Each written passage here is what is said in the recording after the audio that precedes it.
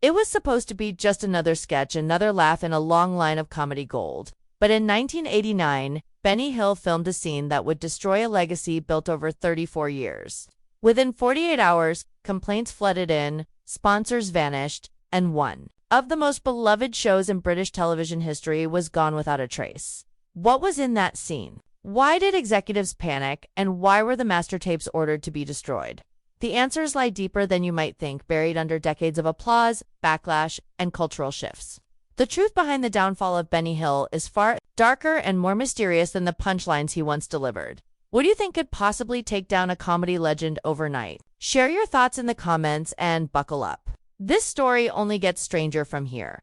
Before he ever made the world laugh, Benny Hill was simply a boy raised above a butcher's shop in Southampton. But laughter ran in his blood. His grandfather was a circus clown, famed for his physical comedy and improvisation, and his father followed suit. Sundays in their cramped flat weren't quiet, they were training grounds. By the age of 8, Benny was already rehearsing routines and perfecting pratfalls on creaky floorboards. His comedy wasn't learned in drama school, it was drilled into him at home, matching facial expressions to punchlines, using everyday objects as props, and practicing timing like a science. Benny was being groomed unknowingly for television stardom. These moments shaped his style, fast-paced, physical, and wordless enough to transcend language barriers.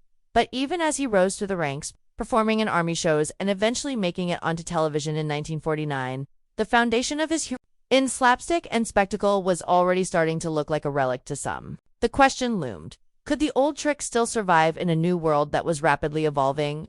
Benny Hill wasn't just a comedian, he was a revolution in motion. By the mid-1950s, he had become television royalty, with a fast visual style, perfect for the small screen. His signature show, The Benny Hill Show, launched in 1955 and quickly became a national treasure. With his talent for transforming into characters in seconds and using slapstick that made people laugh without saying a word, he redefined British comedy. But it didn't stop at the UK's borders.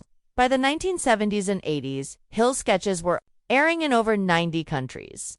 America embraced his late-night antics. Japan broadcasted his reruns, and even non-English-speaking nations tuned in. His brand of comedy, silly faces, fast chases, and wild punchlines needed no translation.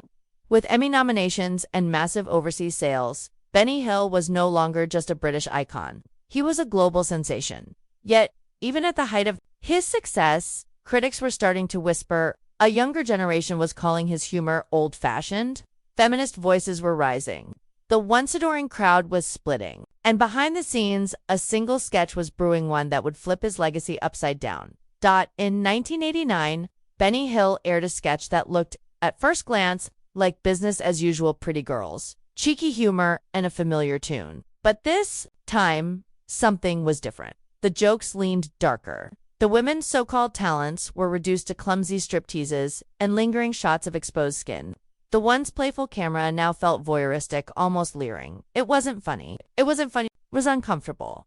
The backlash was immediate and brutal. Within just 48 hours, over 20,000 complaints flooded in. Major sponsors panicked and pulled out. Feminist groups launched fierce protests. Even Hill's longtime defenders were left speechless. Media outlets described the scene as embarrassingly out of step and a throwback to a culture Britain had left behind. Executives at Thames Television acted fast, not just canceling the show, but ordering the master tapes destroyed. The urgency was chilling.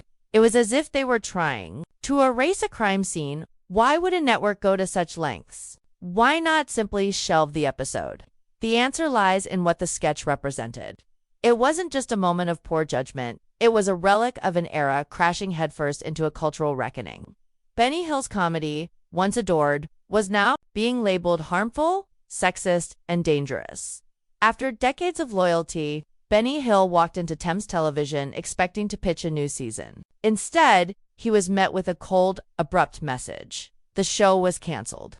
No farewell episode, no thank you tribute, just a severance package and silence. He was offered $1 million on one condition: he couldn't speak about the cancellation, the executives, or even join another network. It wasn't just the end of a show, was an erasure. What shocked many wasn't just the cancellation, it was what came next.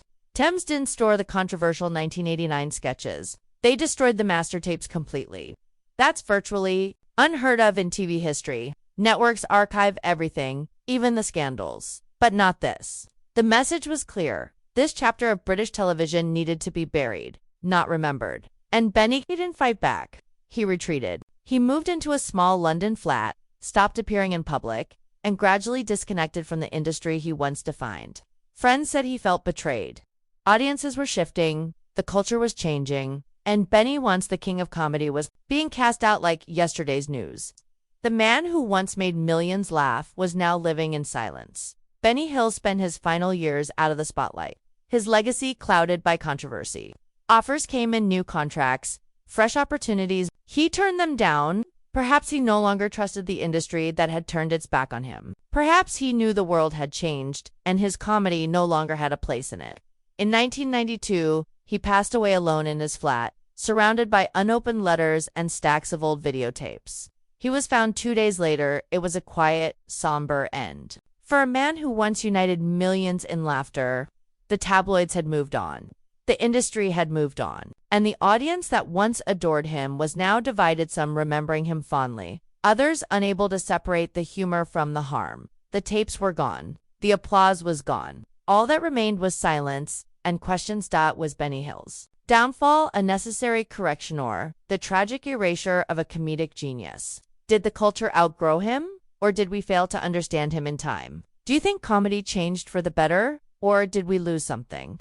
Comment below, and don't forget to subscribe if you want to uncover the next hidden chapter in the world of celebrity history.